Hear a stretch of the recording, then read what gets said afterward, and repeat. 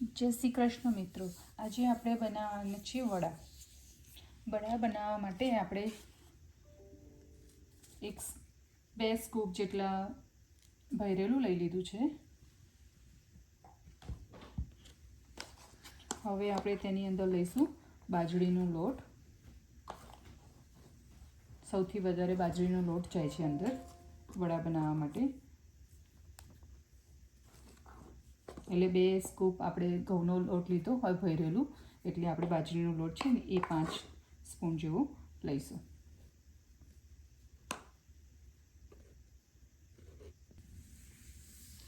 હવે આપણે એની અંદર લઈશું મેથી.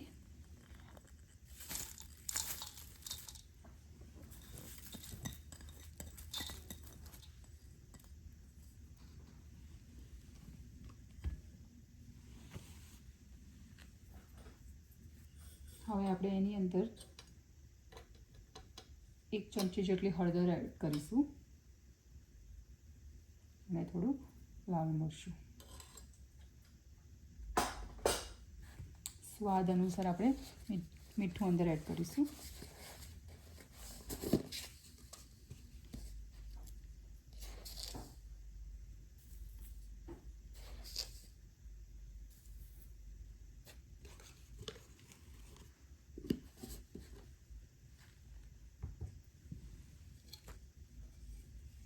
એની અંદર આપણે તેલ એડ કરીશું.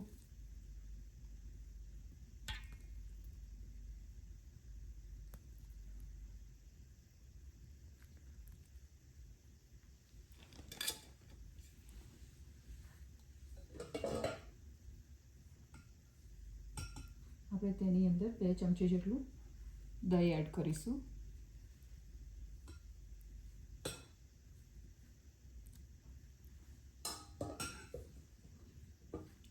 અને 2 ચમચી જેટલી શુગર એડ કરીશું.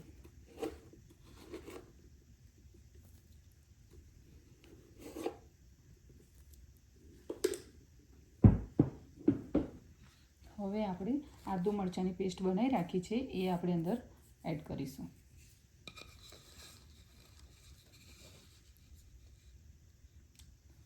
આદુ મરચાં લસણ અજમો એની પેસ્ટ બનાવી રાખી છે એ આપણે અંદર એડ કરી લઈશું.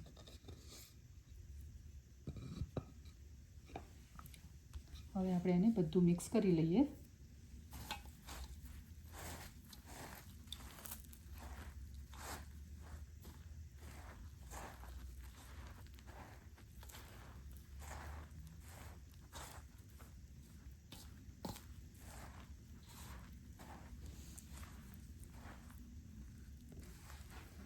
તમે જોઈ રહ્યા છો કે બધું મિક્સ થઈ ગયું છે. હવે આપણે થોડું અંદર પાણી એડ કરીશું.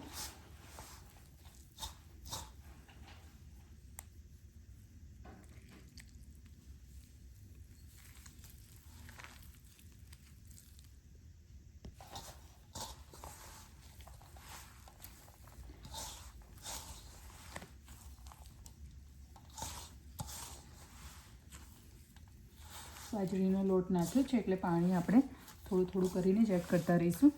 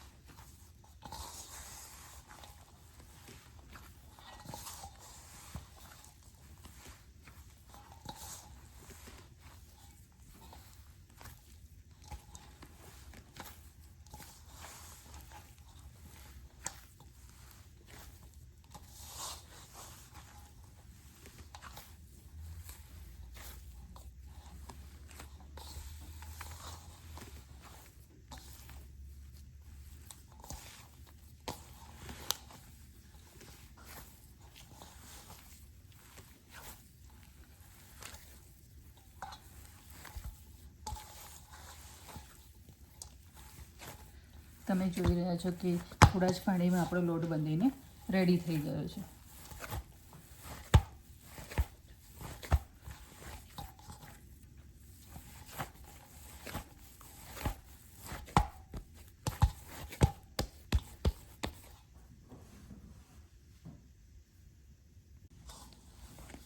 હવે આપણે આ રીતે થોડો થોડો લોટ લઈ અને નાના નાના એના ગુલ્લા કરીશું.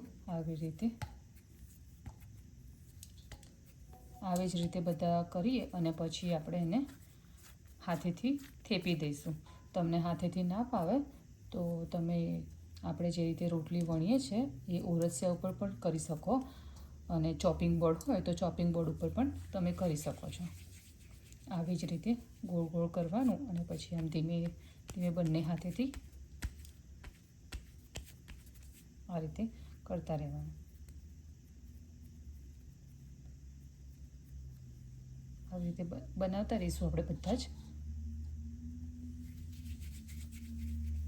અને થોડા થઈ જાય એટલે આપણે તેલ મૂકી દઈશું.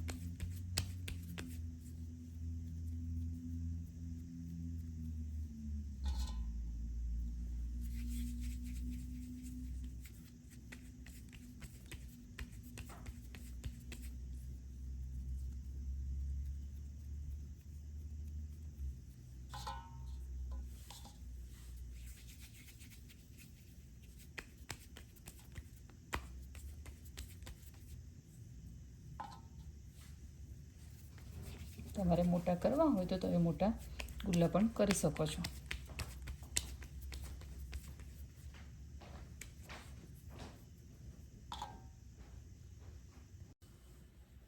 જોઈ રહ્યા છો આ રીતે જ બધા જ આપણે વડા બનાવી દીધા છે, અને જોડે જોડે આપણે બીજા બનાવતા રહીશું. અને આપણે તેલ મૂકી દઈએ. આપણે તેલ ગરમ કરવા મૂકી દીધું છે અને એવું લાગે છે કે હવે તેલ પણ આવી ગયું છે. આપણે થોડું અંદર લોટ નાખીને ચેક કરી લઈએ. તમે જોઈ રહ્યા છો કે તેલ આવી ગયું છે, એટલે આપણે હવે આ રીતે જ વડા અંદર મૂકીશું.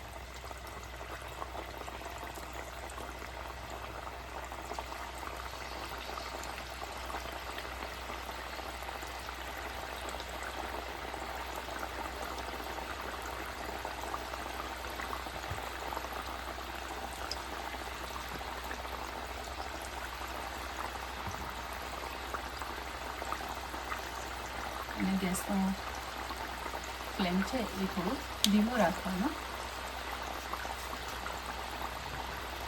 જેથી આપણા વડા અંદરથી પણ કાચા ના રહે. આવી રીતે આપણે એને બધા જ વડા મૂકી દીધા પછી આપણે એને ફેરવી દઈશું.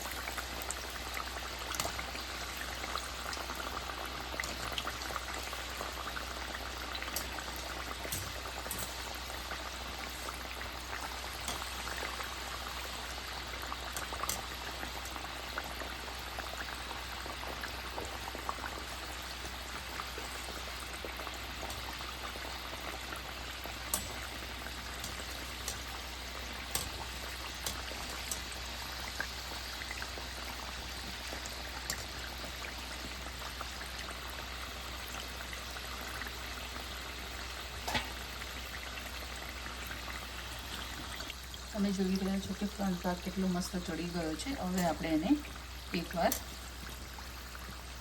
ઊંધા સીધા કરી લઈશું અને પછી એને ચેક થઈ જાય ત્યારે આપણે એને કાઢી લઈશું.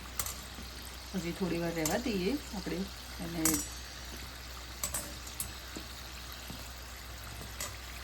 વડાને, પછી આપણે એને કાઢી લઈશું.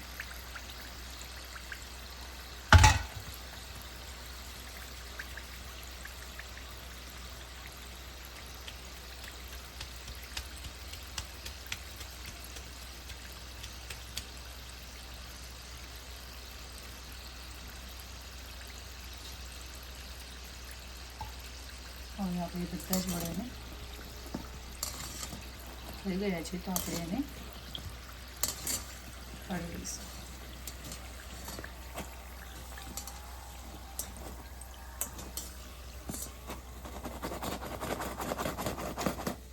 આવી રીતે એને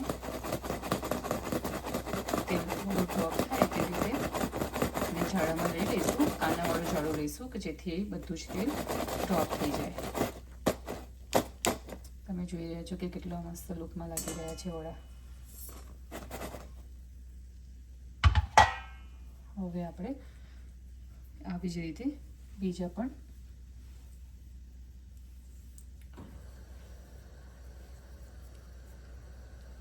વડા છે એ અંદર તેલમાં તળવા માટે મૂકી દઈએ છીએ.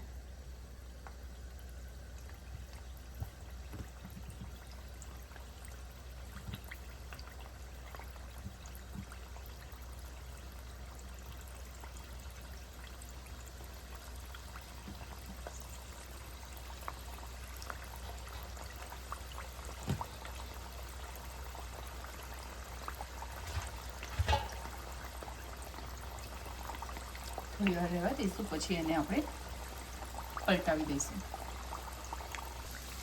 તમે જોઈ રહ્યા છો કે આ રીતે બધા ખુલ્લા થઈ જાય ત્યારે એને આપણે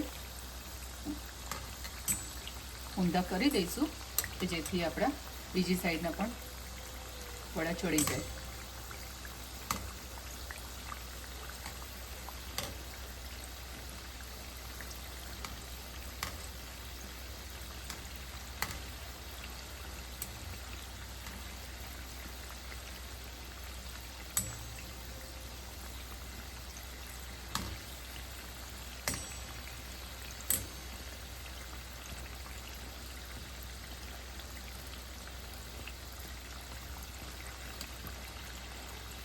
અને બીજી વખત ચડવા દઈએ ત્યાં સુધી આપણે બીજા વડા થેપી લઈએ.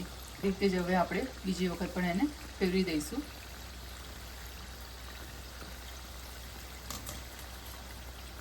તો શું છે કે અંદરથી પણ મસ્ત ચડી જાય અને એની જે કિનારો હોય, જે વચ્ચેના ભાગ જે ફૂલી ગયેલા હોય એ બધા ચડીને મસ્ત થઈ જાય.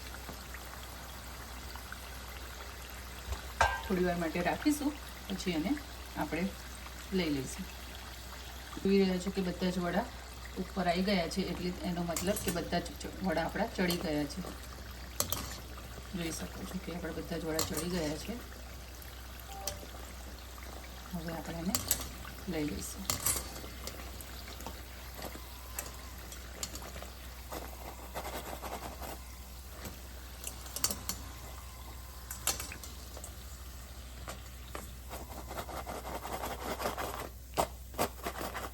આ રીતે બધા જ વડા લઈ અને થોડું તેલ હોય તો એ નીકળી જાય, એના માટે તમે આ રીતે કરી શકો છો. અને આ રીતે જ બધા જ વડા આપણે કરતા જઈશું વન બાય વન.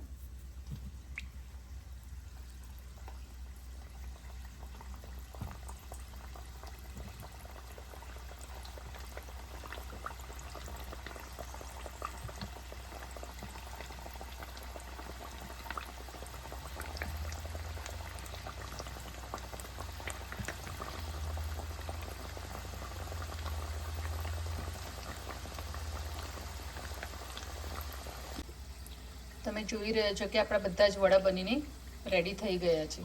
હવે આપણે આ વડાને આપણે ચા જોડે પણ ખાઈ શકીએ છીએ. તમે જોઈ શકો છો કેટલા મસ્ત પોચા અને ફૂલેલા વડા બન્યા છે, એકદમ સોફ્ટ. જેટલી મેથી વધારે નાખશો અને જેટલો બાજરીનો લોટ સારો નાખશો એટલા જ તમારા વડા સારા બનશે.